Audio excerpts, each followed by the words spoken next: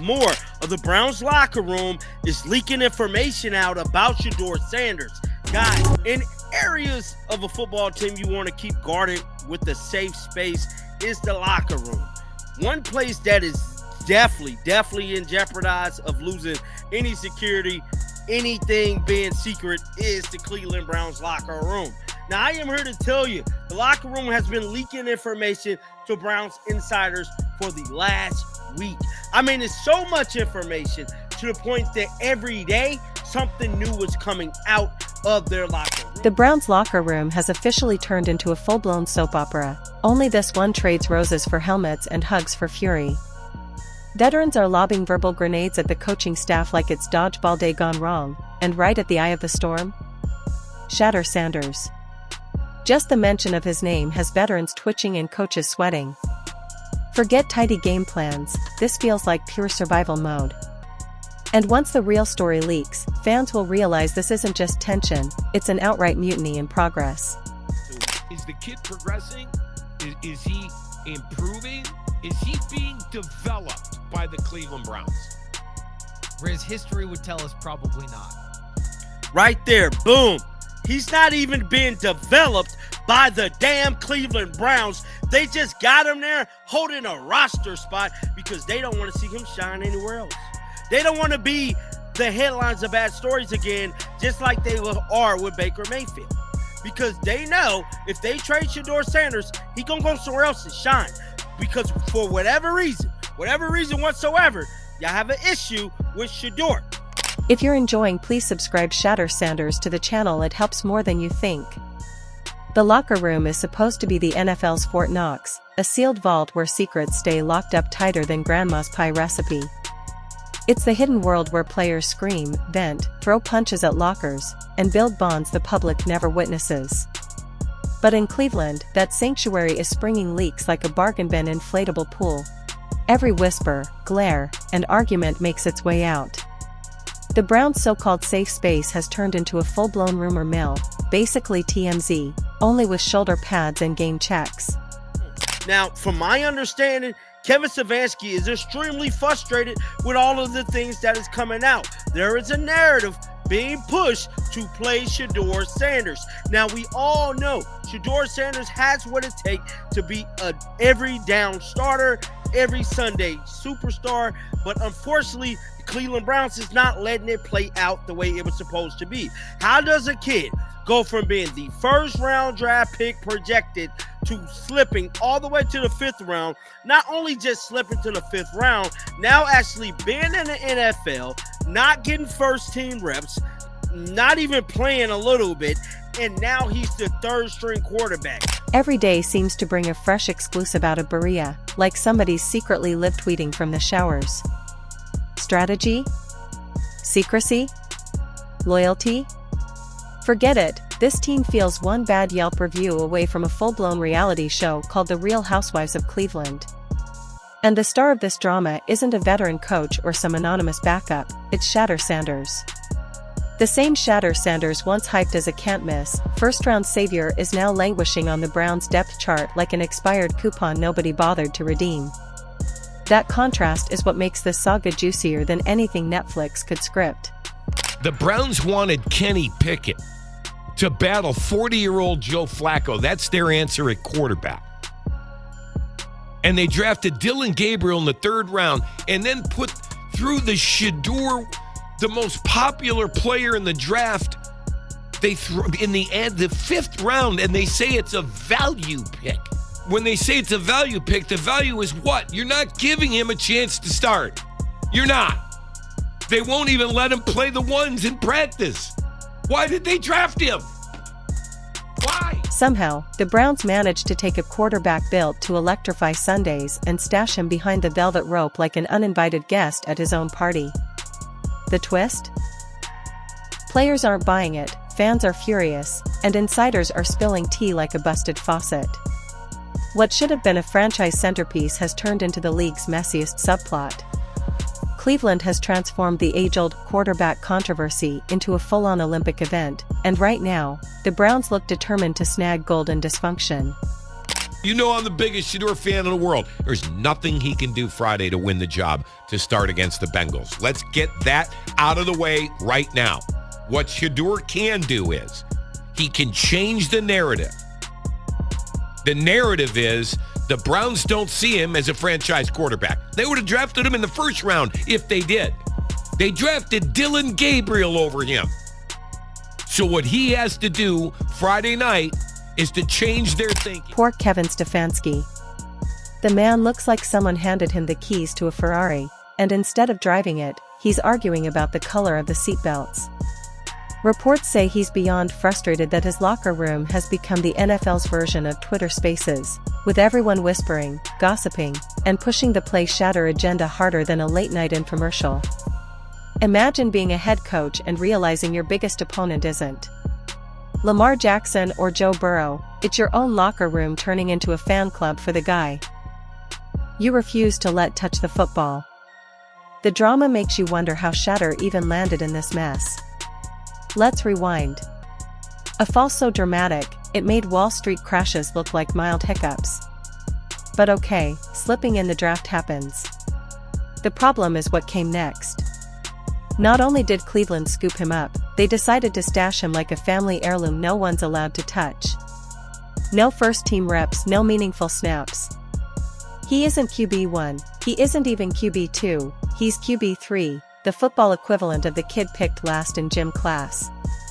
A superstar hidden away like he's in witness protection. The Cleveland Browns of the National Football League have one of the best quarterbacks on their team in hostage. Well, who is that, B-Watch? Shedeur Sanders. Shedeur Sanders should be starting this Sunday for the Cleveland Browns against Lamar Jackson and the Baltimore Ravens. And the locker room? They've noticed. The players are side-eyeing the coaching staff like, so let me get this straight. We've got a guy who can sling the ball across the field, but instead, we're playing quarterback shuffle with mediocrity? Reports say the team is fed up, not just with Shedeur's treatment but with the circus that's become their season. Apparently, the staff is too busy scouting college games instead of developing the quarterback sitting in their own building. Imagine that, while their current season burns, they're shopping for new matches. The whispers from insiders confirm it. Better to keep him locked in a closet than risk another Baker Mayfield repeat, where a guy leaves, flourishes, and makes the team look like clowns on national television. But here's the twist. By refusing to let Shedeur develop, the Browns are writing their own self-fulfilling prophecy. The NFL is full of quarterback-hungry teams circling like hawks. If Shedeur ever hits the open market, he won't just get picked up, he'll get worshipped. And then Cleveland will be left watching him dominate elsewhere while they draft yet another franchise savior who flames out faster than a firework in the rain. The paranoia has reached ridiculous levels. Cleveland? God. Kevin, you think we all are stupid? You don't think we know football? If you're a football fan, we clearly know what you did. We clearly know that the plays that you gave for Dillon Gabriel, throwing the check down underneath to make him look good. Same plays for Flacco.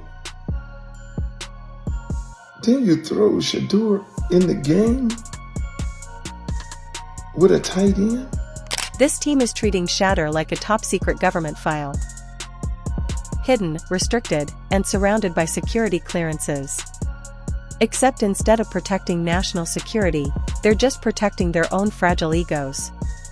It's not development, it's quarterback hostage-taking. And as if that wasn't enough, the whole thing has turned into a national spectacle. It's not just local whispers anymore. ESPN Cleveland had to jump into the drama, dragging Shedeur's sideline behavior into the spotlight. Forget game stats, this kid's being judged on fashion choices and body language. The great crime of the century was wearing a backwards hat and sunglasses on the bench. Imagine that, kindness treated like criminal intent. In Cleveland, you can't win on the field and you can't win off it. If you're too quiet, you don't care. If you're too supportive, you're manipulative. Forget interceptions or bad throws, let's debate his sunglasses collection like it's a congressional hearing. The result? A fanbase split straight down the middle. Half the crowd sees Shedeur as the future leader, the quarterback who could finally drag Cleveland out of its eternal misery. The other half sees a kid who hasn't even been given a chance yet but is somehow guilty of existing with too much swagger. The same energy that would make him a star elsewhere is being dissected like it's a scandal. On having their 30th-year anniversary and the Cleveland Browns coming to town with a quarterback by the name of Joe Flacco, 40 years old, starting. When the Cleveland Browns in this past NFL draft drafted two quarterbacks, Dylan Gabriel and Shedeur in the same draft. Dylan Gabriel is listed as the backup quarterback. Shedeur is listed as the emergency quarterback. In the future, next year, Joe Flacco will not be on this team. Meanwhile, behind the curtain, the Browns are already dreaming about next year's quarterback draft. Yes, instead of nurturing the guy they already have, they're practically window shopping for their next failed experiment. Because nothing screams stability like planning your next breakup before the current relationship even gets off the ground. And the players? They're fed up. Imagine busting your body every week only to watch the front office treat the future of your team like a bargaining chip. Reports say guys in the locker room are done with it. The so-called safe space is now a battleground, and the coaching staff is losing the war. If you can't even keep your own team united, what chance do you have on Sunday? The logic is less building a team and more petty ex who keeps your hoodie so you can't enjoy it. And the thing is, everyone sees through it. Fans, players, analysts, it doesn't matter. The locker room mutiny is just the loudest symptom. The truth is, Cleveland has no idea what to do with Shedeur Sanders. He's too talented to ignore but too risky to unleash. So instead, they hold him hostage, hoping no one notices. Spoiler alert, everyone noticed. You can't hide a star, not even on the bench. One preseason game was enough to make half the league perk up like dogs hearing the treat bag crinkle. Now Shedeur had 5 sacks, 5 drives, just was trying to impress coaches, the fans, trying to live up to what Dylan Gabriel just put out there on the field. And Kevin Stefanski handled that situation and this whole quarterback competition horribly because you removed an opportunity for him to redeem himself in that situation to go out as a winner. And again, it's not just we all see it. Players on the team sees it. Players on the opposing teams see it. They know what's going on. They know what's going down, but it's all about Kevin Stefanski's ego. Shedeur stepped onto the field, showed flashes of brilliance, and suddenly scouts across the NFL were texting their GMs, "You seeing this kid?" That's why Cleveland refused to stash him on the practice squad. They knew the moment they tried, another team would swoop in like a hawk circling roadkill. And then, like clockwork, the Browns would be roasted nationwide for letting another quarterback escape their clutches. Instead of winning, they're playing not to lose, and guess what? They're losing anyway. What makes this circus even more embarrassing is how predictable it is. We've seen this movie before. The Baker Mayfield saga was supposed to be the happy ending, remember? The savior who'd break the curse, finally bring stability, and silence the doubters. It's like watching someone burn down their house because they don't want anyone else to live in it. The Browns aren't building, they're hoarding, and it's eating them alive from the inside out. And here's the kicker, the leaks keep confirming it. When insiders flat out admit Shedeur isn't being developed, what more do you need? This isn't speculation, it's confession. The Browns are basically saying, yeah, we're wasting him, but trust us, it's for your own good. That's not a strategy. That's gaslighting on a franchise scale. Flacco was quarterbacking, and I got that, and you don't look at the Cleveland Browns as being a juggernaut offensively, but since his defense was so awful, we thought a Pop Warner team could drop 30 on them. So the fact that they showed up yesterday and handled their business to some degree is cause for pause, to have a little bit of faith in them, because I have zero concerns about an offense stewarded by Joe Burrow with Jamar Chase as your primary weapon. I have zero concerns about the Bengals offense. It was just an aberration week 1. Meanwhile, Cleveland fans are stuck in a perpetual identity crisis. Half of them are ready to crown Shedeur the future king of Ohio, and the other half are clutching their pearls because he wore sunglasses on the bench. Imagine being so starved for quarterback success that you turn sideline fashion into a federal case. Forget touchdowns, what really matters is head orientation. Backwards? Bench him. Forwards? Maybe he's ready to lead a team. Sideways? Call the cops. This is what happens when a franchise has been cursed for decades. The smallest detail becomes a referendum on the entire future. The guy is literally doing nothing wrong. He shows up, supports his teammates, and stays ready. But in Cleveland, that's apparently suspicious behavior.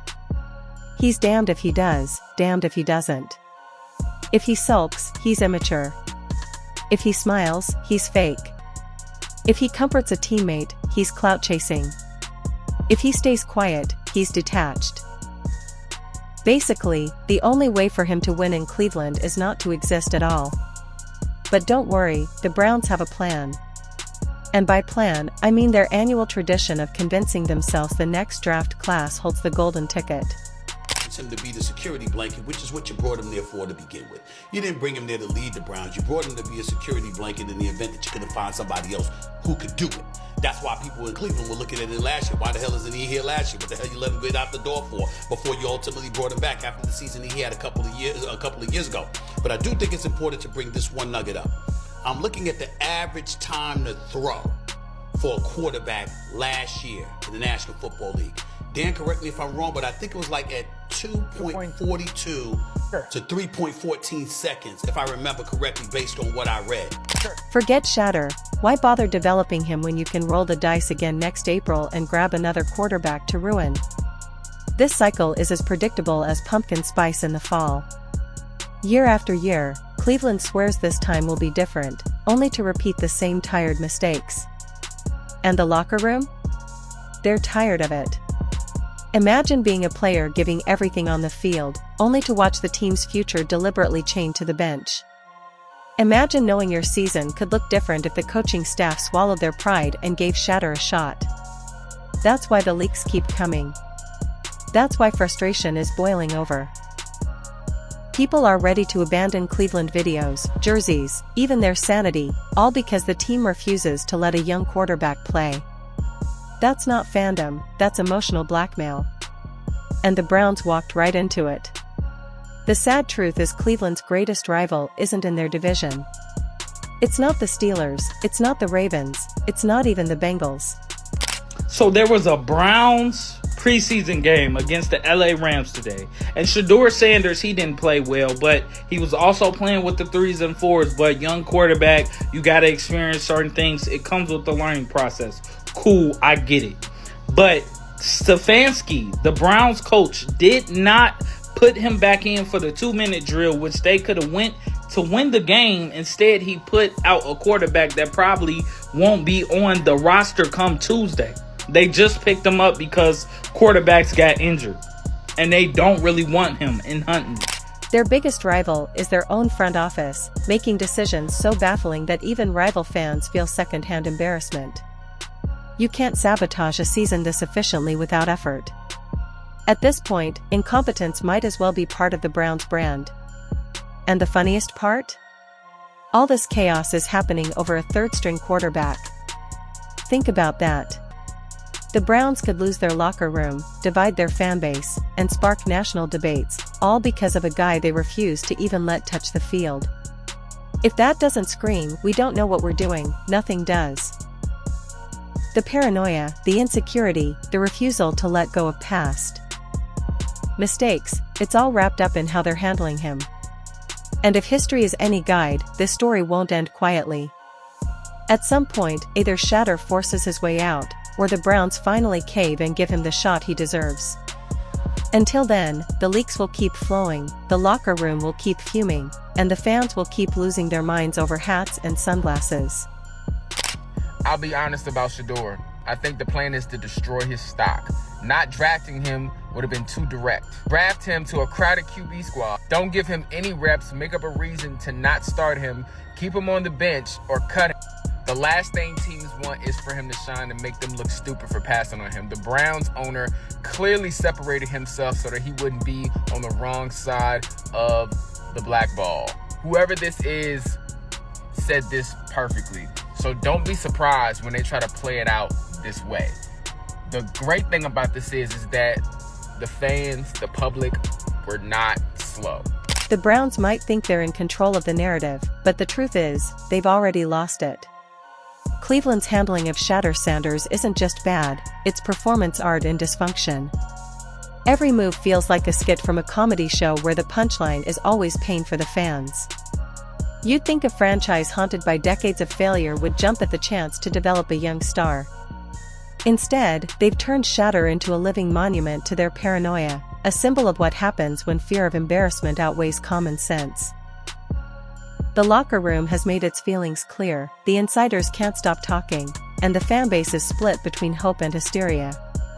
Unleash the kid and risk being wrong, or keep him caged and guarantee they're wrong. Either way, the storm is coming. And when it hits, everyone will remember that Cleveland's biggest fumble wasn't on the field, it was how they mishandled the one quarterback who might have saved them.